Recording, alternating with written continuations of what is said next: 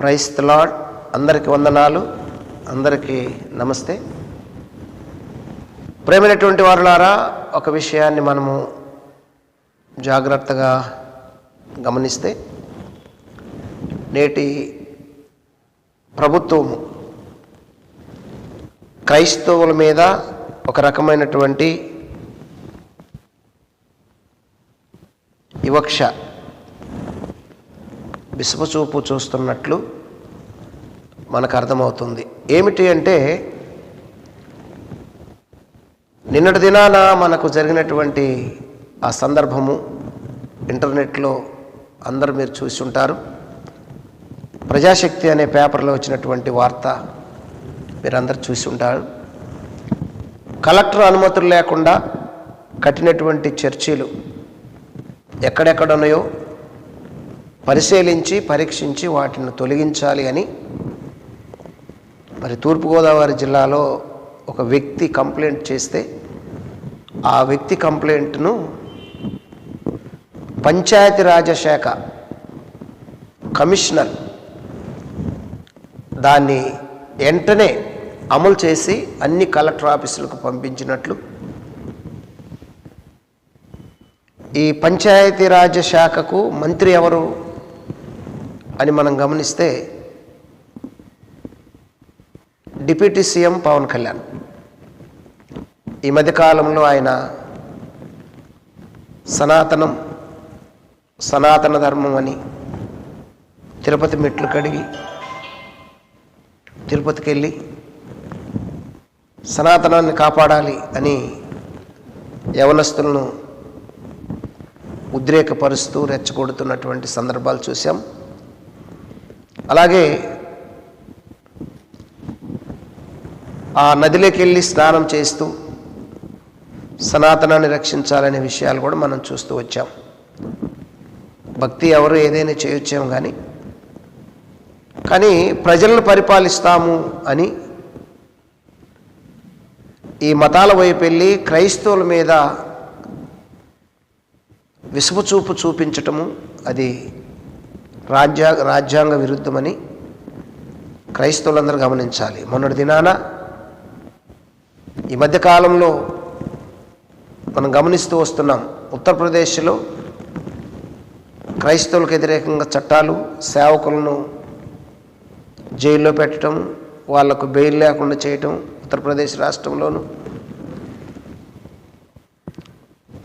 అంతకుముందు మణిపూర్లో చూసినట్లయితే క్రైస్తవులను పూర్తిగా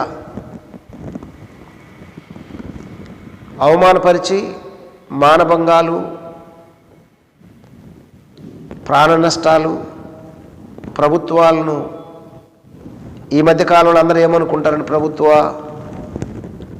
అధికారిని లేదంటే ముఖ్యమంత్రిని ఆ ప్రభుత్వం నుండి తీసివేసి రాష్ట్రపతి పాలన పెట్టడం ఇవన్నీ చూస్తూ వస్తున్నాం. ఆ మధ్యకాలంలో ఛత్తీస్గఢ్లో కూడా జరిగిన సంఘటనలు చూస్తూ వస్తున్నాం. క్రైస్తవుల మీద దాడులు. టోటల్గా 29 రాష్ట్రాలు భారతదేశము లేదా 28 రాష్ట్రాలు అన్నీ చూసుకుంటే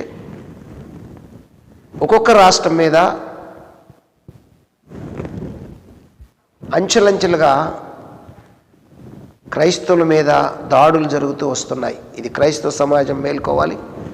దయచేసి ఇప్పుడు ఆంధ్రప్రదేశ్లో పవన్ కళ్యాణ్ గారు అండ, బీజేపీ అండ చూసుకొని చర్చిలను కూల్చాలనే ఒక మెమో జారీ చేశారు. ఇది పూర్తిగానండి మార్క్ బాబు గారు టోటల్గా ఇందులో ఉన్నటువంటి అంశాలన్నీ చదివారు. ఇది లాస్ట్ వరకు వినవలసిందిగా మనం చేస్తూ, క్రైస్తవులందరూ మేల్కోవాలి. క్రైస్తవులందరూ మేల్కొని ఏకమై ప్రార్థనలు చేద్దాము. దేవుడు మనకిచ్చిన అధికారాన్ని కాపాడుకుంటూ ఆధ్యాత్మికంగా ముందుకెళ్తూ అందరినీ సమానంగా చూడాల్సినటువంటి బాధ్యత ప్రభుత్వాలకు ఉంది. అవసరమైతే క్రైస్తవుల ఏకమై దాన్ని నిలదీయాలి. Okay, praise the Lord. అందరికీ నమస్కారం. Praise the Lord. క్రైస్తవ సమాజం మీదకి దినదినం ముంచుకొస్తున్నటువంటి శ్రమలు, మహాశ్రమలు త్వరలో వస్తాయి, రాబోతున్నాయి. కానీ అంతకుముందే ఇంకా అనేకమైనటువంటి శ్రమలు క్రైస్తవ సంఘానికి ప్రపంచవ్యాప్తంగా కూడా చుట్టుముడుతూ ఉన్నాయి, వస్తూనే ఉన్నాయి. ఆదిమాపోస్తలుల కాలం నుంచి కూడా మనం గమనించినట్లయితే, ఈనాడు ముఖ్యంగా భారతదేశం గురించి ఆలోచించినట్లయితే మణిపూర్ పూర్తిగా మంటలలో కాలిపోయింది. ఇప్పటివరకు కూడా అది ఇంకా కుదుట పడలేనటువంటి పరిస్థితి. అక్కడ ప్రభుత్వాలు మారి గవర్నర్ పరిపాలన వచ్చేసింది. మరి ఉత్తరప్రదేశ్ సంగతి ఇంకా చెప్పనక్కరలేదు. అక్కడ క్రైస్తవ సువార్థికులకు, పాస్టర్లకు ఎలాంటి ఫ్రీడమ్ అనేది లేని పరిస్థితి. ఛత్తీస్గఢ్లో కూడా అనేక మందిని కొట్టి చంపి మరి ఊర్ల నుంచి తరిమిస్తున్నటువంటి పరిస్థితి కనబడతా ఉంది. ఇప్పుడు మళ్ళీ ఆంధ్రప్రదేశ్, తెలంగాణ రాష్ట్రాలలో కనబడుతున్నట్టుగా మనకు స్పష్టంగా సూచనలు కనబడతా ఉన్నాయి. అయితే ఈరోజు మనం మాట్లాడుకునేటువంటి విషయం ఏంటిదంటే, ఆంధ్రప్రదేశ్ రాష్ట్రంలో ఉన్నటువంటి చర్చెస్ పైన సర్కార్ కన్నెర్ర చేసిందంటూ ఒక వార్త కథనము రావడం జరిగింది ఈ రోజున. ఇక్కడ ముఖ్యంగా చూసినట్లయితే ప్రజాశక్తిలో వచ్చినటువంటి ఒక న్యూస్ని నేను మీ ముందు చూపిస్తా ఉన్నాను. చర్చిలపై సర్కారు కన్నెర్ర, రాష్ట్ర వ్యాప్తంగా అనుమతుల పరిశీలన లేని వాటిపై, అంటే అనుమతులు లేని వాటిపై చర్యలు, డిపిఓలకు పంచాయతీరాజ్ శాఖ ఆదేశాలు. మరి ఈనాడు డిప్యూటీ సీఎం పవన్ కళ్యాణ్ గారు మరి అక్కడ ప్రభుత్వంలో ఉన్న విషయాన్ని మనం గమనించవచ్చు. కొద్ది రోజులుగా నేను సనాతన ధర్మంలో ఉంటూ సనాతన ధర్మాన్ని పరిరక్షించాలనేటువంటి విషయంతో ఇతర మతాలను గూర్చి కాస్త వారు మరి బీజేపీ భావజాలముతో, ఆర్ఎస్ఎస్ భావజాలంతో వారు మాట్లాడుతున్నటువంటి విషయాలను మనము గమనిస్తూనే ఉన్నాం. మరి దీనికైతే ఇప్పుడు డిప్యూటీ సీఎంగా ఉన్నటువంటి పవన్ కళ్యాణ్ గారే మరి అధికారము కలిగి ఉన్నారు. వారు మంత్రిగా ఉండి ఈ బాధ్యత వారి చేతిలోనే ఉండి దీనిపైన వారు అనుమతులు ఇచ్చారనేటువంటి ఒక విషయం అయితే ఇక్కడ స్పష్టమవుతా ఉంది. వారు అనుమతులు ఇవ్వకుండా ఇది జరిగేటువంటి పని అయితే కాదు. మరి చర్చిల అనుమతులపై విచారణ హేయం, ఉత్తర్వులు తక్షణం ఉపసంహరించుకోవాలి కేవీపీఎస్ అంటూ ఇక్కడ మనం ఒక వార్తను చూస్తున్నాం. చర్చిలపై సర్కారు కన్నెర్ర. ఇక్కడ మనం చూస్తే అధికారులందరికీ ఈ ఆదేశాలను జారీ చేసింది. మెమోలో ఏముంది? పశ్చిమ గోదావరి జిల్లా పాలకొల్లు పట్టణము 11వ వార్డుకు చెందిన ఒక వ్యక్తి రాష్ట్ర వ్యాప్తంగా ఉన్న 26 జిల్లాలో పరిధిలోని అన్ని పంచాయతీల్లో ఉన్న క్రైస్తవ చర్చిలకు కలెక్టర్ వారి అనుమతులు ఉన్నవి లేనివి సమగ్రంగా విచారణ జరిపి అనుమతులు లేకుండా నిర్వహిస్తున్న క్రైస్తవ చర్చిలపై చట్టపరమైన చర్యలు తీసుకోవాలని కోరుతున్నారు. కావున సదరు దరఖాస్తులను రాష్ట్రంలోని జిల్లా పంచాయతీ అధికారులందరికీ పంపుతున్నాం. సదరు అంశంపై విచారణ చేపట్టి నియమాలకు లోబడి తగిన చర్య తీసుకోవాలి అని మెమోలో పేర్కొన్నారు. ఎంత వేగమో కదిలిన యంత్రాంగం, సీఎం ప్రకటనకు భిన్నంగా ఈ విషయం ఉంది అంటూ కూడా ఇక్కడ ఈ యొక్క వార్త అయితే రావడం జరిగింది. 5వ తారీఖు 3వ నెల 2025 విశాఖపట్నంకు సంబంధించినటువంటి ఒక కథనాన్ని మనము చూస్తూ ఉన్నాం. దీనికి సంబంధించినటువంటి ఇక్కడ ప్రకటనలను కూడా మనం గమనించవచ్చు. ఆంధ్రప్రదేశ్ ప్రభుత్వము కమిషనరు వారి కార్యాలయం పంచాయతీరాజ్ మరియు గ్రామీణాభివృద్ధి, తాడేపల్లి, గుంటూరు జిల్లా 522501. ఇక్కడ మనం చూస్తాం memo number 12712-164 CPR and RD by D8 by 2024 date 10/2/2025 CPR and RD విషయం. భవనాలు మరియు లేఅవుట్లు అనుమతులు. పశ్చిమ గోదావరి జిల్లా పాలకొల్లు పట్టణ 11వ వార్డు రామయ్య హాల్ వీధి నివాసి శ్రీ ప్రసన్న కుమార్ పెద్దిరెడ్డి వారి దరఖాస్తు తగిన చర్యలు తీసుకోవాల్సిందిగా కోరుట గురించి. పశ్చిమ గోదావరి జిల్లా పాలకొల్లు పట్టణం 11వ వార్డు రామయ్య హాల్ వీధి నివాస ప్రసన్న కుమార్ పెద్దిరెడ్డి వారి దరఖాస్తు తేదీ 3/2/2025 section 121 of AP PR act అంటూ ఇక్కడ విషయం తెలియచేయడం జరిగింది. మొదటి 1, 2, 3, 4 అంశాలను వారు పెడుతూ ఇక్కడ చెప్పారు. ఇక్కడ పై సూచికలోని విషయంపైకి అన్ని జిల్లా పంచాయతీ అధికారుల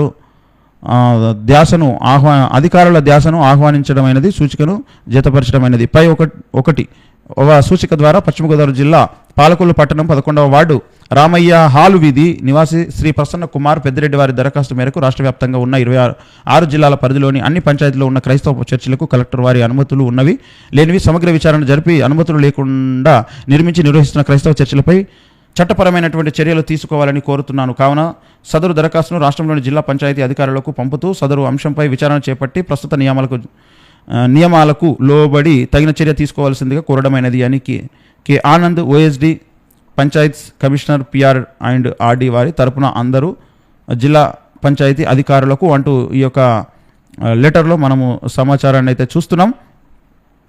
ఇంతకుముందు ఇదే విషయం న్యూస్ పేపర్లో వచ్చిందండి. అయితే విచిత్రంగా మరి ఏం జరిగిందో ఏమో తెలియదు, కానీ దీన్ని విరమించుకుంటున్నట్టు మళ్ళీ ప్రభుత్వం ఒక లేఖను వారు జారీ చేయడం జరిగింది. ఇక్కడ ఆంధ్రప్రదేశ్ కమిషనర్ వారి కార్యాలయం పంచాయతీరాజ్ మరియు గ్రామీణాభివృద్ధి, తాడేపల్లి, గుంటూరు జిల్లా 522501 memo number 2712-164 by CPR and RD by D8 2024 date 5/3/2025 విషయం సిపిఆర్ అండ్ ఆర్డీ భవనాలు మరియు లేఅవుట్ అనుమతులు పశ్చిమ గోదావరి జిల్లా పాలకొల్లు పట్టణం 11వ వార్డు రామయ్య హాల్ వీధి నివాస శ్రీ ప్రసన్న కుమార్ పెద్దిరెడ్డి వారి దరఖాస్తు మరియు కార్యాలయ సూచనలు ఉపసంహరించడం గురించి వారే ముందు జారీ చేశారు, తర్వాత వారే ఉపసంహరించుకున్నట్టుగా కనబడతా ఉంది. అప్పటికే కొంతమంది క్రైస్తవులు వెళ్ళి మరి మేమందరం ఓట్లేసి మిమ్మల్ని గెలిపించుకున్నాం కదా, ఏంటి ఇప్పుడు క్రైస్తవులను ఇలా మీరు చేస్తున్నారంటూ ముఖ్యమంత్రి గారికి తెలియజేయడం చేత ముఖ్యమంత్రి గారు నారా చంద్రబాబు నాయుడు గారు మరి ఈ విషయంలో స్పందించి ఇవి కుదరదని చెప్పేసి మళ్ళీ ఉపసంహరణ లెటర్ని వారికి పంపించారు అనేటువంటి ఒక వార్తలు అయితే వినబడతా ఉన్నాయి. సూచిక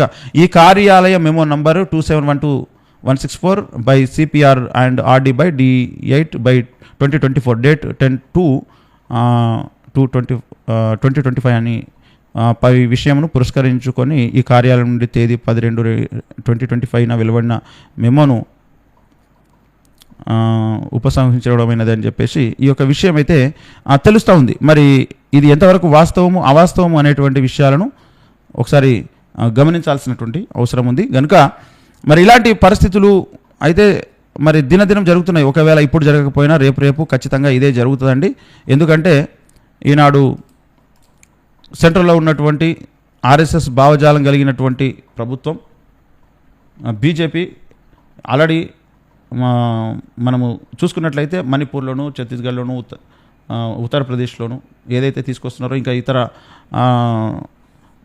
వేరే రాష్ట్రాలలో ఏ విధంగా అయితే క్రిస్టియానిటీని తుడిచిపెట్టాలనేటువంటి ఒక కాంక్షతో చేస్తున్నటువంటి ప్రయత్నం ఏదైతే ఉందో వాళ్ళు సోషల్ మీడియాలో బహిరంగంగానే అనేక మంది వాళ్ళ అధికారులు నాయకులు కూడా చెబుతూనే ఉన్నారు, నాయకులు ముఖ్యంగా మాట్లాడుతూనే ఉన్నారు. ఇదే విషయం ఇప్పుడు ఆంధ్రప్రదేశ్కి వచ్చింది. ఒకవేళ ఇప్పుడు వచ్చి వాళ్ళు ఉపసంహరించుకున్న రేపు జరగబోయేటువంటి పరిస్థితుల పరిణామాలు అవే ఉంటాయి. ఒకవేళ తెలంగాణ రాష్ట్రంలో కనుక బీజేపీ గెలవాలి రావాలనే ప్రయత్నం చేస్తుంది. అక్కడ బీజేపీ ఒకవేళ ప్రభుత్వంలోనికి వచ్చినా ఇంకా వాళ్ళ యొక్క మెజారిటీ పెరిగినా సరే రేపు తెలంగాణ రాష్ట్రంలో కూడా ఈక్వల్గా ఇలాంటి దాడులు జరిగేటువంటి ఒక అవకాశం అయితే లేకపోలేదు. ఈ విషయాన్ని ఒకసారి మనం గమనించాల్సినటువంటి అవసరం ఉంది. ఇప్పుడు ఆంధ్రప్రదేశ్లో వాళ్ళు ఉమ్మడి ప్రభుత్వాన్ని ఏర్పాటు చేసుకున్నారు కనుక వాళ్ళు సెంట్రల్లో చెప్పినటువంటిదే ఇక్కడ ఇంప్లిమెంట్ చేయాల్సి వస్తుంది. మరి జనసేన పార్టీకి కూడా అనేక మంది క్రైస్తవులు ఓట్లేశారు. ఆయన గెలవడానికి ముందు పాస్టర్లను పిలిపించుకొని ప్రార్థన కూడా చేశారు. ప్రార్థనలో ఇన్వాల్వ్ అయ్యారు. పవన్ కళ్యాణ్ గారు వారు యోర్దానుకి వెళ్ళి అక్కడ వారు మరి ఇజ్రాయెల్కి వెళ్ళి వారు బాప్సం కూడా తీసుకున్నామని చెప్పేసి వారు చెప్పడం జరిగింది. మరి ఈ విషయాన్ని ఒకసారి మనము గమనించాలి. పరిస్థితులు అయితే ఇలా ఉన్నాయి. క్రైస్తవ సమాజం ఏం చేస్తే బాగుంటుంది, మీ దగ్గర ఉన్నటువంటి ఆలోచన ఏంటి? పెద్దలు, క్రిస్టియన్ ఆర్గనైజేషన్స్ ఏవైతే ఉన్నాయో వీరందరూ కూడా ఒకసారి ఆలోచించండి. క్రైస్తవులు పెద్ద సంఘాలు, చిన్న సంఘాలు కూడా ఒకసారి మీరు ఆలోచించాల్సినటువంటి అవసరం ఉంది.